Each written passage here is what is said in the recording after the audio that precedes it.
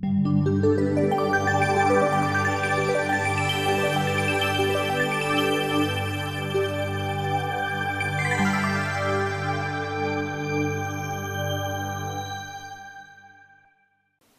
the top of this program, I told you that we were doing two things. First was presenting a lot of images and videos in the analysis. Well, we've done that. Now we've come to the second thing, the Luciferian Agenda. And the best way to begin this discussion is with a timeless quote from the movie Dune. In that 1984 film based on the book by Frank Herbert, the character, Thufir Hawat, counsels us that the first step in avoiding a trap is knowing of its existence. And this indeed is a timeless bit of wisdom. So in this final segment of our program, we're going to take a deep look at the Luciferian Agenda, what it is, how it uses YouTube and other social media as a death trap, what you can do to help defeat it, and where to begin. And so with that, let's get into it. The Luciferian agenda of today began centuries ago with people who have infinite patience, knowledge of the future, and who are in service to dark forces. Today they are the puppeteers who drive the world scene, and they are merciless in their aims. Who are these people? Well, they're the kind of people who laugh at the sight of babies being impaled on pitchforks. And their agenda for our time is simple: a horrific slaughter of innocents to perpetuate their control over the planet after the Planet X tribulation has passed. You may ask, how great will this slaughter be? Fair question.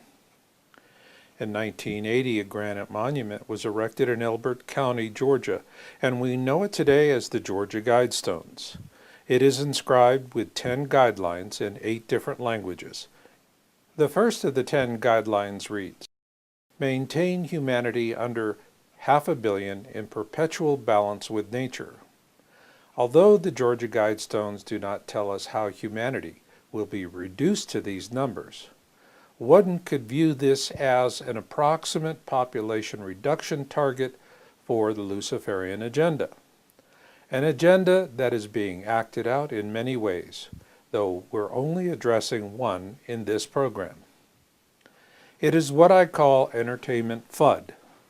FUD stands for fear, uncertainty, and doubt, and the Luciferian agenda planners have found entertainment forums like YouTube, Facebook, and other social media outlets to be highly effective platforms where people tend to give nonsense the benefit of the doubt.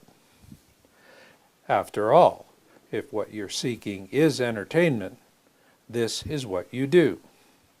So who is providing all of this entertainment FUD on YouTube? In this program, you have already seen 2 of them and what they do. First, you saw how paid disinformationalists like fluters propagate hoax videos to play on people's fears. Then you saw the shallow and misleading debunkings of people like Dazza the cameraman, who sow uncertainty and doubt merely for the purpose of their own self-aggrandizement. Whether they do it wittingly or unwittingly, all of them are serving the Luciferian agenda. And what will be the fruit of their labors? Each in his or her own way will help to ensure a maximum death toll during the coming Planet X tribulation. While the tribulation will last for a decade or more, we will be past the worst of it by the end of the 3rd year, or into the 4th. Which brings us to the most crucial moment in the Luciferian agenda timeline. All comedians will tell you that timing is everything, but the announcement timing of the Luciferian agenda will be no laughing matter. This is when the population, towards the end of the worst of the tribulation, will have plummeted to its lowest levels. It will be a bleak time, and those who do survive to this point will be hard-pressed to carry on. This is when the perpetrators of the Luciferian agenda will come up from their underground layers with offers of inducements and announce their bunkers and underground warehouses packed with seeds, food, medicine, clothing, construction materials, and other resources necessary for rebuilding the world. Is there a catch? Of course. And for those who survived the worst of the tribulation, access to these inducements will come at a steep price. They must agree to the terms of governance offered by the perpetrators of the Luciferian agenda, including mandatory RFID tags. In other words, if you want the goodies, you're going to have to take the chip. Of course, the perpetrators of the Luciferian agenda will assure everyone that this is necessary for practical reasons and that the functionality of these mandatory RFID tags will be limited. And this will be the cruelest lie of all. This is because these mandatory RFID tags will have features built into them for mind control programming. Most notable of these will be the chip's ability to block our connection to Creator. Yes, that is right. The perpetrators of the Luciferian agenda have identified the frequencies we use to feel God's divine presence, and will use these RFID tags to block those frequencies so they can replace our divine sensations with those of their own fabrication. Is this God's plan for us in the tribulation? The Luciferians will lie to us and say that it is. But does that really mean that's the way it has to be? Consider this. The Book of Humankind is a large book with many chapters, and it is far from being complete. So know this, like all books, all chapters eventually come to an end. And while there are many more chapters to be written, what about the present chapter? The sad truth is that the present chapter belongs to the Luciferian elites and cannot be taken from them. But what they know, and do not want us to know, is that the next chapter does not belong to them. That the next chapter belongs to us. And the only way the Luciferian elites can own it is to bluff the remaining tribulation survivors with short-sighted offers of inducements. If the survivors fall for the bluff, then what will we lose? Our destiny to become an enlightened and truly free species, as God intends for us, provided we have the courage to do what it takes to claim our rightful future. This is why it is so important to do whatever we can to help the remaining survivors do what must be done, to call the bluff when the Luciferian elites offer their inducements of slavery. This is when enough of us must stand together and say no, knowing that we're not saying no to the carrot, but rather the stick. So, what could possibly motivate these hard-pressed survivors to do this? It is the eternal desire for freedom that burns within all of us. And it's not important that everyone stands up for their freedom. It's only important that enough of us to make a difference do. For example, during the American Revolution, 70% of the colonists either sat on the sidelines or helped the British. In other words, we do not need a majority to win. All we need is a critical mass of courageous souls to call the Luciferian bluff by saying no to the inducements. Therefore, how must future survivors be encouraged to act at this crucial moment in the future history of our species. Through violence? No, that is not the way to begin an age of enlightenment, for blood begets blood. Therefore, if we are to have a truly enlightened future, it must happen through peaceful and determined means.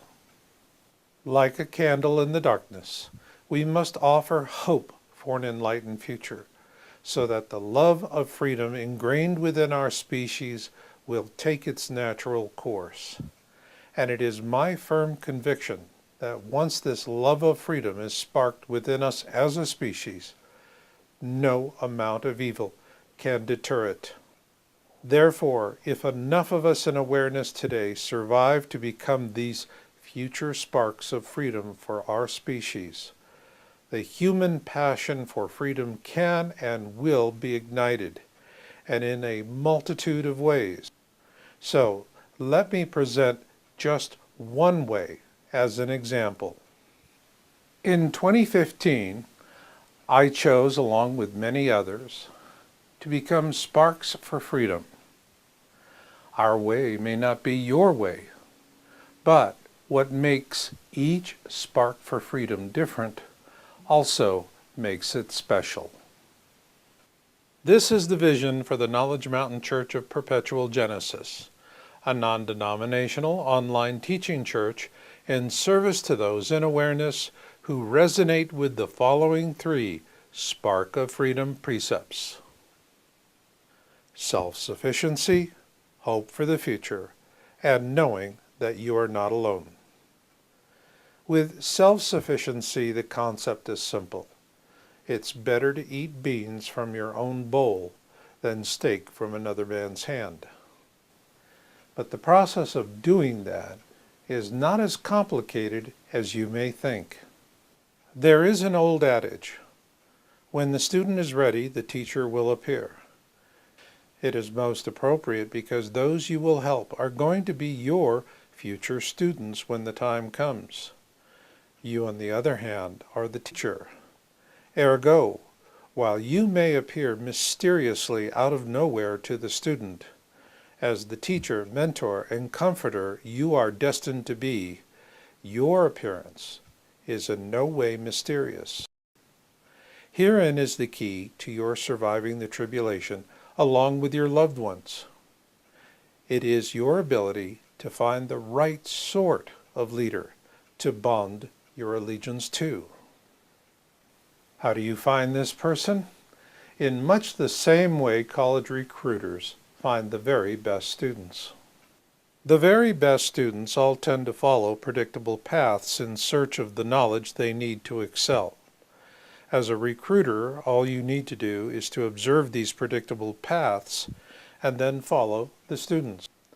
Then, when you have identified your potential candidates, you quietly observe them to see if they are demonstrating the right abilities.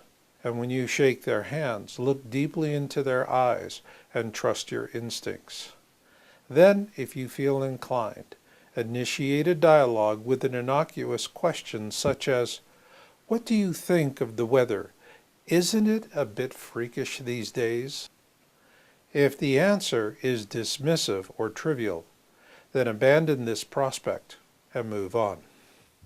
This is because what you're looking to see is what is known as perception. In other words, does this person see the world exactly as it is? And if so, then test their perception with another weather-related question. Ask if he or she has ever looked up to see what the jets are spraying in the sky overhead. What you want to hear is that he or she has noticed it, and at the very least finds it to be out of place. If so, that means that this person is perceptive. Without this essential ability, no faith-based leader can be effective during the tribulation, let alone worthy of your assistance. So, are you ready to take action? Are you willing to become a spark for freedom in the future?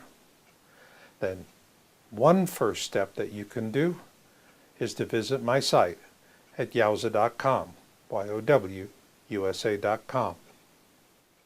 There you will find the article, Awareness in the Eye of the Storm. Many of the concepts discussed in this video were drawn from that article, and if you take a few moments to read it now while this program is still fresh in your mind, you will have the full picture. I know we have covered a great deal of information in this program, so if there's just one thing for you to take away and remember, let it be this: that the Luciferian agenda uses a diverse range of tactics to ensure its aims. And in this video we talked about one, entertainment FUD, where whether it be wittingly or unwittingly, folks like fluters and Dazza the cameraman are in service to this evil agenda. It's why I call them mudslingers, because after all, how can one hope to build a house of wisdom on mud? Its floors will never be level, and the structure will never last. But then again, that is not the real problem. As odd as it may sound, being stuck in the Luciferian mud is not the problem. Refusing to get out of it is. And I'll leave it on that note. So until the next time we meet, remember Marshall's motto: destiny comes to those who listen, and fate finds the rest. So learn what you can learn, do what you can do, and never give up hope. This is Marshall, and I'll catch you on the backside.